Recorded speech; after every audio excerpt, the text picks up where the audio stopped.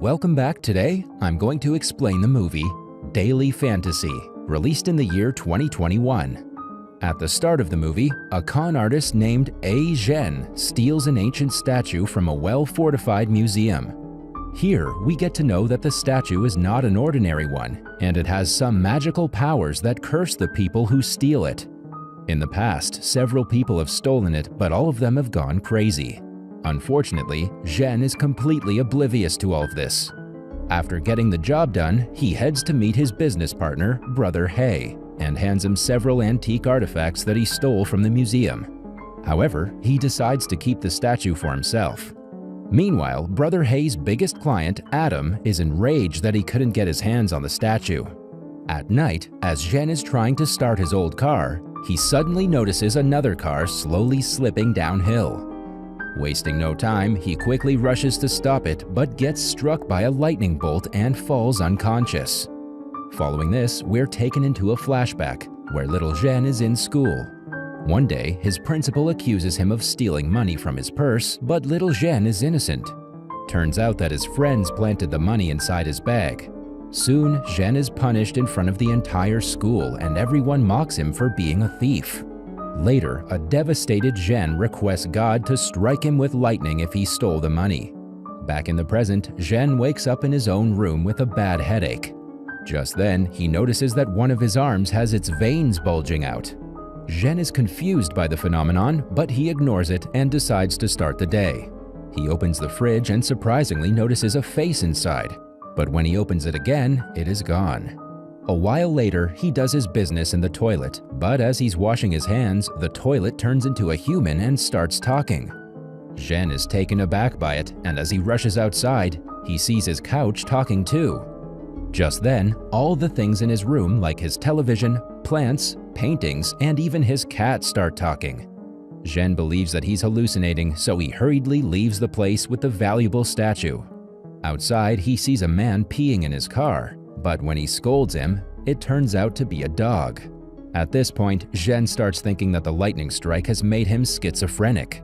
As he's driving away, his car suddenly turns into an old man and berates him to drive slowly. The old man then sits beside Zhen and the two share some memories. Soon, Zhen pulls over near a beach and sits on a bench clutching his bag. When he opens the bag, the statue starts talking to him. Just then, the statue turns into a human form. He chastises Zhen for stealing him and also cracks a few jokes. Zhen is confused by the strange occurrences as of late, so he decides to visit a doctor. When he reaches the hospital, he's shocked to find that the doctor is the same principal who wrongfully punished him back in school. Zhen becomes enraged seeing his face, but he has no choice but to seek the doctor's help. He explains everything to the old man, but the latter simply laughs at it. As a result, Zhen communicates with the computer and finds out that the doctor is hiding a lot of porn in it. The doctor is left stunned by this ability, and he finally believes Zhen. He then suggests Zhen go to a psychiatrist and get himself checked as soon as possible. In the next scene, Zhen comes across his childhood crush, Wan Kao Mei, on the way out of the doctor's office. The two instantly recognize each other and start chatting. Zhen inquires to her if there's any disease that causes people to talk with objects, but Kao Mei thinks he's joking and gives him her card. This makes Zhen very happy and he heads to his car rejuvenated. After a bit of driving, he asks his car to talk, but the latter refuses.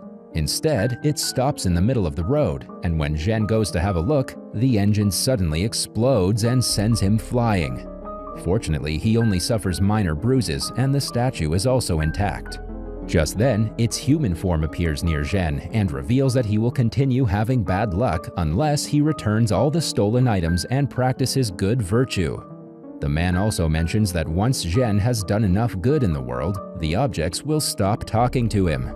Later, Zhen calls for some repairmen and his car is towed away to a garage. He wants his car repaired right away since it's special for him. But one of the mechanics informs him that finding spare parts for the car is harder than finding a dinosaur. With this, Zhen reluctantly agrees to have his car demolished.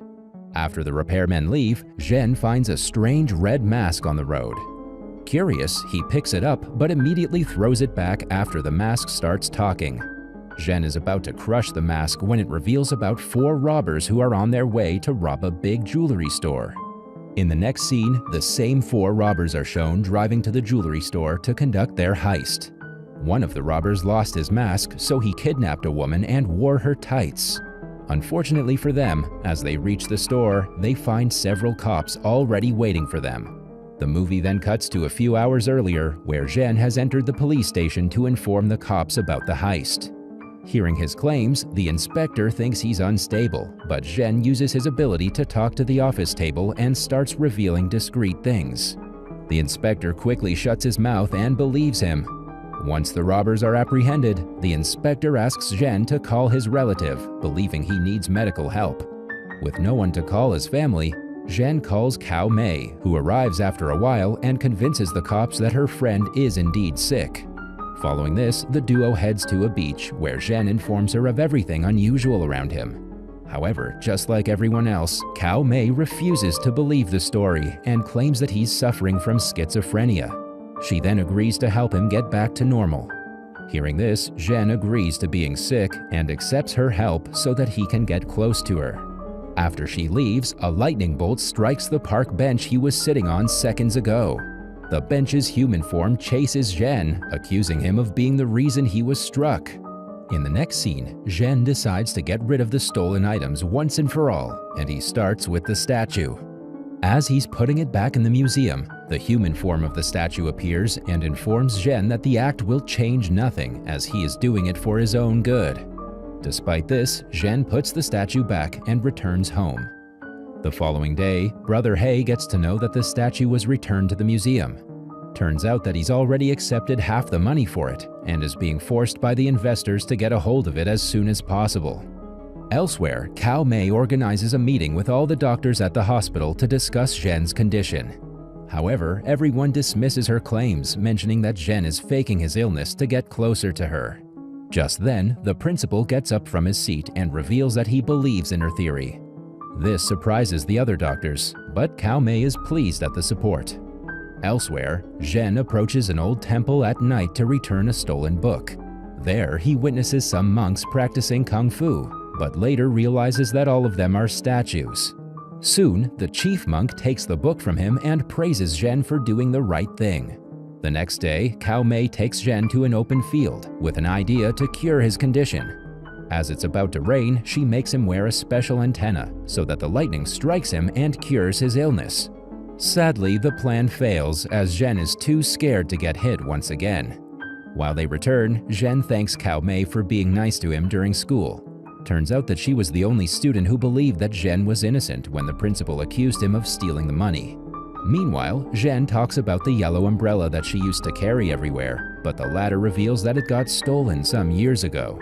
She then curses the thief, mentioning that it was the last thing her mother gave to her before passing away. Unbeknownst to her, the thief is none other than Zhen himself.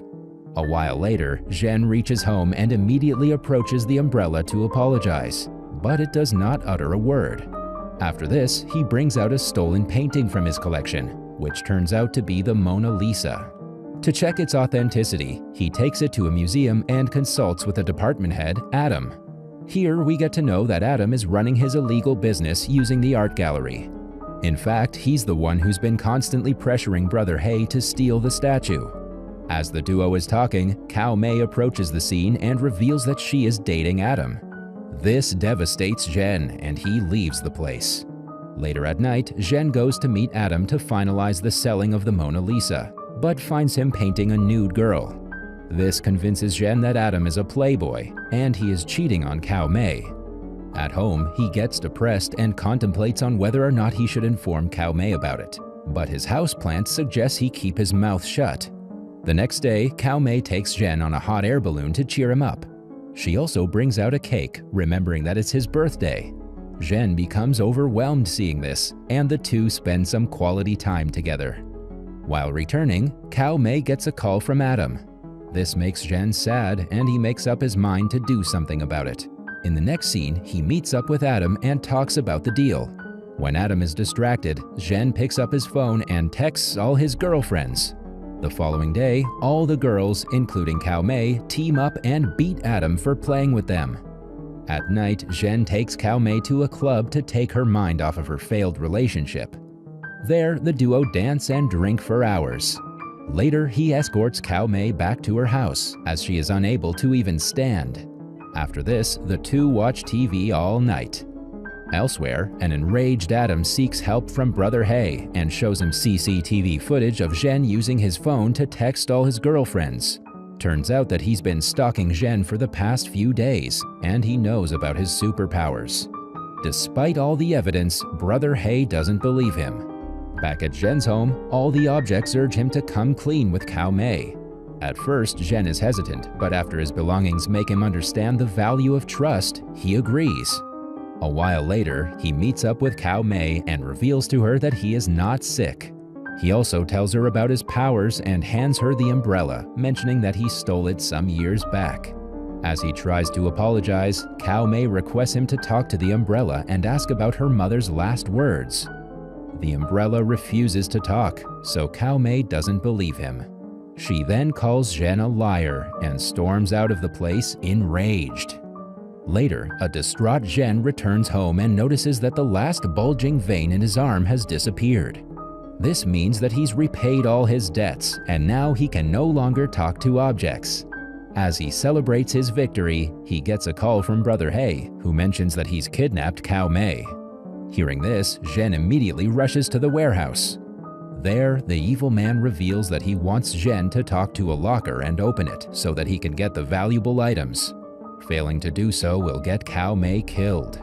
Panicked, Zhen tries his best to talk to the object, but since he is totally normal now, he fails. With no options left, he tries to convince the bad guys that he's lost his ability, but they're in no mood to listen. As He is about to eliminate him, the police arrive in the nick of time and save both Zhen and Cao Mei. In the final scene of the movie, Zhen returns home and reminisces about different objects talking in the house. He gets emotional and thanks them for their advice. The movie ends as Cao Mei uses her yellow umbrella to cover Zhen from the rain, implying that she has forgiven him. That was all from the video. I hope you liked it. Subscribe for more content like this, and hit the like button to help us out. Also, leave a comment if you want us to recap your favorite movie. Until next time, take care.